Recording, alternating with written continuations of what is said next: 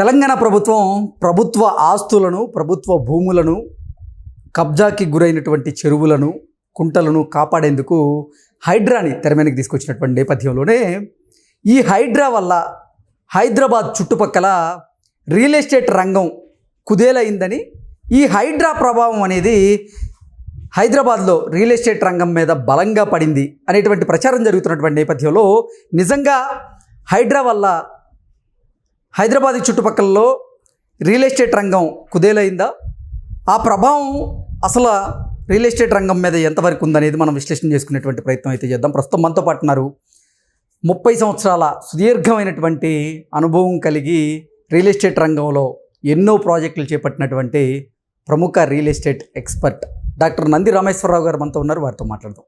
రామేశ్వరరావు గారు నమస్తే అండి. నమస్తే. ఇప్పుడు ప్రభుత్వ భూములను, ప్రభుత్వ ఆస్తులను, అలాగే కబ్జాలకు గురైనటువంటి చెరువులను, కుంటలను కాపాడేందుకే తెలంగాణ ప్రభుత్వం హైడ్రాని తెర మీదకి తీసుకొచ్చింది. అయితే హైదరాబాద్లో ఈ హైడ్రా ప్రభావం రియల్ ఎస్టేట్ రంగం మీద బలంగా పడింది అని, ఈ రియల్ ఎస్టేట్ రంగం కుదేలవడానికి హైడ్రా కూడా ఒక కారణం అనేటువంటి ప్రచారం అయితే జరుగుతూ ఉంది. ఏంటి నిజంగా హైడ్రా వల్ల హైదరాబాద్ చుట్టుపక్కల ఈ రియల్ ఎస్టేట్ రంగం కుదేలైందా అంటే ఏం చెప్తారు? ఇది చాలా క్లిష్టమైన question, tough question, easy question. దీనికి ఆన్సర్ చెప్పాలంటే మీరు ఏవి రంగనాథ్ గారితో మాట్లాడి నాకు ఒక పొజిషన్ ఇప్పిస్తే ఆయన ఏం మాట్లాడుతున్నాడో చెప్పి మీకు కనుక్కొని చెప్తా. ఓకే. ఎందుకంటే హైడ్రా ఒక ముఖ్య ఉద్దేశం ఏంటో తెలుసుకోవాలి. ఇప్పుడు ఏదైనా ఒక మంచి పని చేస్తే మన కాళ్ళు లాగే వాళ్ళు ఎక్కువ మంది ఉంటారు. నా ఫంక్షన్కి జేడి లక్ష్మీనారాయణ గారు వచ్చారు. నువ్వు కొత్త కాన్సెప్ట్ తీసుకొస్తున్న నందివారు కొత్తతనానికి నాంది పలుకుతున్నారు అని ఒక స్టేట్మెంట్ పెట్టాడు. మురళీమోహన్ గారు వచ్చిన తర్వాత కొత్త పని ఎవరైనా చేస్తే కాళ్ళు ఆగుతూ ఉంటారని ఆయన చెప్పాడు. అంటే కరెక్ట్, ఏదైనా ఒక మంచి పని చేసినా చెడ్డ పని చేసినా ఫస్ట్ ఒప్పుకోరు. ఇక్కడ ఏమైందంటే మనకి గత 50 సంవత్సరాలు ముందుకు వెళ్ళిపోతే చరిత్రలో 1750 పైచలుగా చెరువులు, నాలాలు ఉండేవి. ఈరోజు లెక్క తీస్తే 700కి వచ్చేసింది. అంటే మరి ఈ 1000 చెరువులు ఏమైనట్టు? ఎవ్రీ ఇయర్కి 100, 200, వాటెవర్ 50, 100 లెక్క ఎగిరిపోతున్నాయి. ఇలాగే వదిలేస్తాయి. ఇంకో 10-20 సంవత్సరాల తర్వాత చెరువులు ఉండవు. చెరువులు దేనికి పెట్టారంటే ఒక కాన్సెప్ట్ అంటే గ్రామాల్లో మంచినీళ్ళు తాగడానికి కావాలి కాబట్టి ఆ నీళ్ళు రిజర్వ్ చేసి దాన్ని ప్యూరిఫై చేసి ఇస్తారు. అంటే తాగునీటి కోసం, సాగునీటి కోసం, సాగునీటి కోసం కూడా పెట్టారు. ఆ కాన్సెప్ట్ ప్రతి గ్రామానికి 5-10 ఎన్ని చెరువులు అయితే అన్ని చెరువులు చిన్నవి పెద్దవి కేటాయించారు. అది ప్రాసెస్. అక్కడ FTL బఫర్ జోన్ అని కూడా మన కోలుగొట్టేవన్నీ కూడా FTL బఫర్ జోన్లో. ఎందుకంటే ఇప్పుడు హిమాయత్ సాగర్ కానీ ఉస్మాన్ సాగర్ కానీ ఉందనుకోండి, తాగే నీళ్ళు మీరు పక్కనే కన్స్ట్రక్షన్ చేస్తే first loose soil, wet soil ఉంటుంది. చెరువు పక్కన నీళ్ళు ఎట్లా ఉంటాయి, కొంత దూరం వరకు వెట్ ఉంటుంది. బిల్డింగ్ కడితే కూలిపోతాయి ఒకటి. రెండోది, మీరు అక్కడ కట్టే ముందు ఆలోచించారు.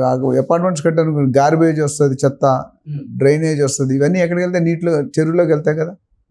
చెరువులోకి వెళ్ళినప్పుడు కరెక్ట్ కాదు కదా, ఇబ్బంది కొడతారు కదా, ఆ నీళ్ళు తాగలేము కదా.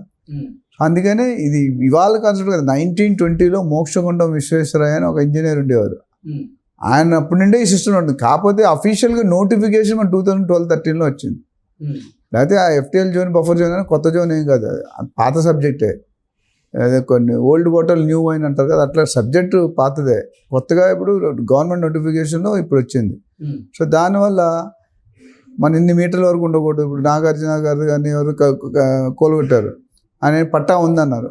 రంగనాథ్ గారు ఏమంటారు, పట్టా ఉంది, పట్టా వ్యవసాయ భూమికి ఉంది, పట్టా కన్స్ట్రక్షన్కి లేదు. సో ఆయనకి వివరణ ఇచ్చారు. అది ఎంతవరకు రైట్ అనేది మన రీసెర్చ్లో తెలుస్తుంది. సో అట్లా బఫర్ జోన్ అంటే 10 ఎకరాలు కంటే చిన్న చెరువు అయితే 9 మీటర్లు వదలాలి డిస్టెన్స్. అదే 25 ఎకరాలు పైన అయితే 30 మీటర్లు అడగాలి. ఈ జోన్లో మీరు కట్టకూడదు. ఇప్పుడు FTL అంటే ఏంటి, ఫుల్ ట్యాంక్ లెవెల్.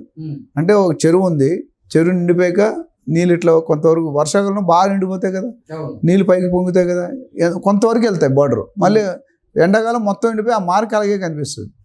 మధ్యకాలంలో మధ్య రకం ఉంటుంది. సో ఎప్పుడైతే వర్షాకాలంలో ట్యాంక్ నిండిపోయి బయట నీళ్ళు ఎంత పెట్టదో దాన్ని ఆ పోర్షన్ FTL అంటారు. అంటే ఫుల్ ట్యాంక్ ఫుల్ అయిపోతే ఎంతవరకు ఇస్తుంది దాన్ని FTL అంటారు. అక్కడ నుండి బఫర్ జోన్ కౌంట్ అవుతుంది.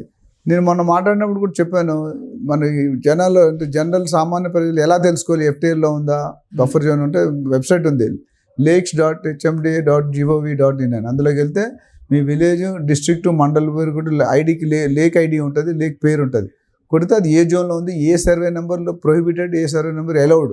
అంటే ఇప్పుడు సాధారణ ప్రజలు ఎక్కడైతే నిర్మాణాలు చేసుకున్నారో అది ఎఫ్టీఎల్ జోన్లో ఉందా లేదంటే బఫర్ జోన్లో ఉందా, ఆ ఇంటి నిర్మాణం గురించి తెలుసుకోవాలి అంటే మాత్రం ఈ వెబ్సైట్లోకి వెళ్ళాలంటారా? వెబ్సైట్కి వెళ్ళాలి, ధర్నీ పోర్టల్లో కూడా రెండు ఉన్నాయి, రెండు రీచెక్ చేసుకోవచ్చు. ఒకటి lakes.hmda.gov.in కొట్టగానే అది డిస్ట్రిక్ట్ అడుగుతుంది, విలేజ్ అడుగుతుంది, మండల్ అడుగుతుంది. ఫర్ ఎగ్జాంపుల్ రంగారెడ్డి, కొత్తూరు, ఇంకా విలేజ్ ఏదో ఉంటుంది.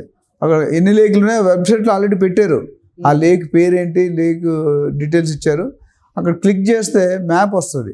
ఆ మ్యాప్లో బార్డర్ చూపించారు, ఒకటి బ్లూ కలర్ బార్డర్ ఉంటుంది. ఆ బ్లూ కలర్ ఏదైతే ఉందో అది ఎఫ్టీఎల్ జోన్. పింక్ ఆ బ్లూ లైన్కి దూరంలో పింక్ లైన్ ఉంది, ఆ 9 మీటర్లు కానీ 30 మీటర్లు, దాన్ని బఫర్ జోన్ అంటారు. నాగార్జున గారి ల్యాండ్ ఏమైందంటే 3.5 acres 2 ఒక దాంట్లో 1.1 దాంట్లో వచ్చి కోలుకొట్టారు. ఆయన మొత్తం లేక్ ఆనుకొని కట్టాడు కాబట్టి. సో అట్లా ప్రజలు కొత్తగా కొనుక్కునే వాళ్ళు కూడా ఇప్పుడు మీరు హైదరాబాద్ మార్కెట్ పడిపోయింది అన్నారు కదా, హైదరాబాద్ వల్ల ఇది ఒక రీజన్. ఎందుకంటే ఇప్పుడు అడ్వాన్స్ కట్టిన వాళ్ళు కూడా తీసేసుకుంటున్నారు బ్యాక్. అంటే ఇప్పుడు ఇది అంటే హైదరాబాద్లో ఉన్నటువంటి కొంతమంది రియల్ ఎస్టేట్ కంపెనీ యాజమాన్యం ఎవరైతే ఉన్నారో వారు గతంలో ఆల్రెడీ తీసుకున్నటువంటి భూములు ఏవైతే ఉన్నాయో అవి ఈ హైడ్రా పరిధిలోకి అంటే ఎఫ్టీఎల్ జోన్లోకో లేదా బఫర్ జోన్లోకో వచ్చేలా ఉంది కాబట్టి వారు నిర్మాణాలు చేపట్టేందుకు కొంచెం జంకుతున్నారని, అందుకే ఇప్పుడు రియల్ ఎస్టేట్ రంగం కుదేలైంది అనేటువంటి వార్తలు ఇప్పుడు స్ప్రెడ్ అవుతుంది. 100% కరెక్ట్, పార్షియల్లీ కరెక్ట్ అండి. అక్కడ బిల్డర్స్ ఆలోచిస్తున్నారు, ఇక్కడ పబ్లిక్ కూడా ఆలోచిస్తుంది, కొనేవాడు ఇన్వెస్టర్ కూడా ఆలోచిస్తున్నాడు. ఎందుకంటే నేను 2 కోట్లు పెట్టి ఇప్పుడు మొన్న ఒక టైటిల్ మాట్లాడాం, తప్పు ఎవరిది శిక్ష ఎవరికి, తప్పు ఎవరిది శిక్ష ఎవరికి, అవాస్తవాలు వాస్తవాలు మాట్లాడుకోవాలి. తప్పు ఒకటి కాదండి, మొత్తం 5 తప్పు ఉంది నా ప్రకారం. ఎవరెవరిది? Number 1 builder. ఫస్ట్ ఎఫ్టీఎల్ జోన్లోనూ బఫర్ జోన్లో ల్యాండ్ చేయకూడదు, వ్యవసాయం వరకు ఇచ్చింది, ఫెర్టైల్ ల్యాండ్ అంటారు. అక్కడ ఓన్లీ వ్యవసాయం చేసుకోవచ్చు, మొక్కలు లేకపోతే పెద్ద పెద్ద చెట్లు ఉంటే మొక్కలు కానీ ఆకుకూరలు కానీ ఫ్రూట్స్ ఇవి ఉంటే అవి సింపుల్, అదేం పొల్యూషన్ ఉండదు కాబట్టి. రెండోది బిల్డర్ పర్మిషన్ అప్లై చేస్తున్నాడు, బిల్డర్ తప్పు చేశాడు, మరి హెచ్ఎండి ఇవ్వకూడదు పర్మిషన్. ఇప్పుడు నిజంగా ఎఫ్టీఎల్ జోన్లోనో బఫర్ జోన్లోనో ఉందని క్లయింట్కో లేకపోతే కస్టమర్కో తెలియక లేకపోతే బిల్డర్కో తెలియక ఒక చోట కొన్నారనుకోండి, అది ఎఫ్టీఎల్ జోన్ అనో లేకపోతే బఫర్ జోన్ అనో మీకు తెలుసు కదా, హెచ్ఎండి అధికారులకు కానీ జేహెచ్ఎంసీ రేరా వాళ్ళకి తెలుసు కదా, వాళ్ళు ఎందుకు మరి అక్కడ రిజిస్ట్రేషన్లు జరగనిస్తున్నారు? చెత్తకోట దరిద్రాలకి అనంతకోట ఉపాయాలు సామెత ఉంది, అర్థమైందా? ఇప్పుడు బిల్డర్ పెట్టకూడదు, బిల్డర్ కాకుండా హెచ్ఎండి ఇవ్వకూడదు, హెచ్ఎండి ఇచ్చినా రేరా ఇవ్వకూడదు, రేరా ఇచ్చినా బ్యాంకులోనే ఇవ్వకూడదు, నలుగురు ఇస్తున్నారు approvals. So it is win win situation for everybody. అక్కడ అప్రూవల్ ఎందుకు ఇచ్చారంటే హెచ్ఎండిలు సర్వే నెంబర్ మార్చేస్తారు, 252, 253, 254 వరుసగా ఉంటాయి. వీళ్ళు ఏం చేసి కొత్త ఒకటి క్రియేట్ చేసి 252A అని పెడతారు, ఆ ఏ ఎక్కడ ఉండదు కానీ అప్రూవల్ ఇచ్చేస్తారు. అంటే ప్రభుత్వ భూములు అని తెలుసు కదా, ఆ సర్వే నెంబరు ప్రభుత్వం భూమో లేకపోతే అది కుంటలో చెరువులో అని ఇక్కడ జేహెచ్ఎంసీ వాళ్ళకి కానీ హెచ్ఎండిఏ వాళ్ళకి కానీ రేరా వాళ్ళకి కానీ తెలుసు కదా, దాన్ని మళ్ళీ ఎందుకు అప్రూవల్ ఇస్తున్నారు వాళ్ళు? ఇప్పుడు గవర్నమెంట్ ఏదైనా రూల్ పెడితే దాని లూప్ హోల్ ఉంటుందండి. ఇప్పుడు జనాలు డబ్బులు తీసుకొని పర్మిషన్ ఇస్తుంటే ఎవరు ఆపుతారు? మనం సర్వీస్లో ఎంతకాలం ఉంటామో మనకు తెలియదు. మన వర్షం తీసుకునేవాడు ఇచ్చేవాడు తప్పు. ఇప్పుడు లంచం తీసుకునేవాడు కంటే లంచం ఇచ్చేవాడు తప్పు. ఇక్కడ ఇద్దరు ఉన్నారు, తీసుకునేవాడు ఉన్నాడు, ఇచ్చేవారు ఉన్నారు. సో ఫైనల్గా ఈ హైడ్రా వల్ల అయితే హైదరాబాద్ చుట్టుపక్కల రియల్ ఎస్టేట్ రంగం కుదేలైంది వాస్తవమే అంటారా? పార్షియల్ అయిందండి, అది ఒక టెంపరీ. ఎందుకంటే ఇప్పుడు అందరూ కూడా అక్రమ కట్టడాలు చేయలేదు, కొంతమంది చేశారు, 10%, 20%. ఆ మేరకు ఇంపాక్ట్ ఉంది. పర్ఫెక్ట్గా కట్టుకున్న వాళ్ళు ఏం ప్రాబ్లం లేదు. ఇప్పుడు పెద్ద పెద్ద బిల్డర్ అందరూ రాలేదు కదా, 1-2 పేర్లే వినిపించాయి మీకు. ఇప్పుడు మురళీమోహన్ గారు కూడా పేరు వచ్చింది, అందులో ఓన్లీ ఎక్స్టెండ్ 3 టెంపరీ షెడ్ చేశారు, కన్స్ట్రక్షన్ చేయలేదు. అది వాస్తవం అయితే నేనే తీసేస్తున్నానని చెప్పాడు ఆయన, మురళీమోహన్ గారు. సో ఇదేంటంటే ఎవరైతే అక్రమ కట్టడాలు రాంగ్ జోన్లో కట్టారో వాళ్ళు భయపడుతున్నారు, అదర్ కొనుక్కునే వాళ్ళు కొనుక్కుంటారు, జరుగుతుంది. ఓవరాల్ సేల్స్ చూస్తే డ్రాప్ అనేది ఉంది. ఇప్పుడు హైడ్రా నిజంగా ఇంప్లిమెంట్ చేస్తే 30% ఆఫ్ హైదరాబాద్ ఎగిరిపోతుంది. ఓకే. సో అందుకని గవర్నమెంట్ కూడా ఒక అడుగు యూటర్న్ చేశారు. ఇప్పుడు కొద్దిగా స్లో అయింది అగ్రెసివ్. లాస్ట్ 2 వారాలు పెద్ద కోలుగొట్టడాలు లేవు. మళ్ళీ ఇప్పుడు నిన్న సపరేట్ మీటింగ్ అయింది, మొన్న రేవంత్ రెడ్డి గారు సపరేట్ ఫుల్ పవర్స్ ఇస్తున్నారు హైడ్రాకి. ఓకే. కోర్టు సపోర్ట్ చేస్తుంది, సీఎం సపోర్ట్ చేస్తున్నాడు, సపరేట్ టీమ్ ఇస్తున్నారు. ఒక్కడు గుర్తుపెట్టుకోవాలంటే రంగనాథ్ గారు ఒక్క డెసిషన్ కాదండి అది. రంగనాథ్ గారు అనగానే 10 డిపార్ట్మెంట్స్ ఉన్నాయి. రంగనాథ్ గారు ఫ్రంట్లో ఉన్నాడు లీడర్గా. ఆయనకి ఏ ఐపీఎస్ ఆఫీసర్ ఆయన పేరేంటి, ఆయనకి ఏ డిపార్ట్మెంట్ ఇచ్చినా ఆ డిపార్ట్మెంట్ కంప్లీట్ పర్ఫామ్ చేస్తాడు. ఆయనకు ఒక బ్రాండ్, ఆయనకు ఒక ఏరియా, ఆయనకు ఒక స్పేస్ క్రియేట్ చేసుకుంటాడు. అందులో పర్ఫామ్ చేస్తాడు, ఫుల్గా క్యారెక్టర్లో జీవించేస్తారు. సో ఇప్పుడు ఈ బ్యాక్ నుండి irrigation department, GHMC, HMDA, RERA, revenue department, collector, అందరూ కూడా సైన్ చేయాలి.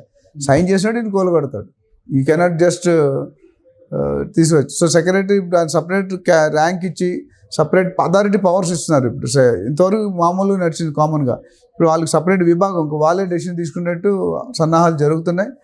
To wait and watch. ఏదైనా మంచి ఉద్దేశమే, కాకపోతే కామన్ ప్రజల్ని మైండ్లో పెట్టుకుని యాక్షన్ తీసుకుంటే బెటర్. అందుకని ఏం చేయాలి, యూటర్న్ ఎందుకన్నా అంటే ఇప్పుడు ఎవరైతే ఇల్లు కట్టుకొని నివసిస్తున్నారో వాళ్ళని డిస్టర్బ్ చేయను అన్నారు. ఏదైతే అండర్ కన్స్ట్రక్షన్, సూపర్ స్ట్రక్చర్ ఉందో వాళ్ళని కొలాప్స్ చేస్తాం, కమర్షియల్ యాక్టివిటీ అయితే కొలాప్స్ చేస్తాం. ఓకే అండి, థ్యాంక్ యూ సో మచ్.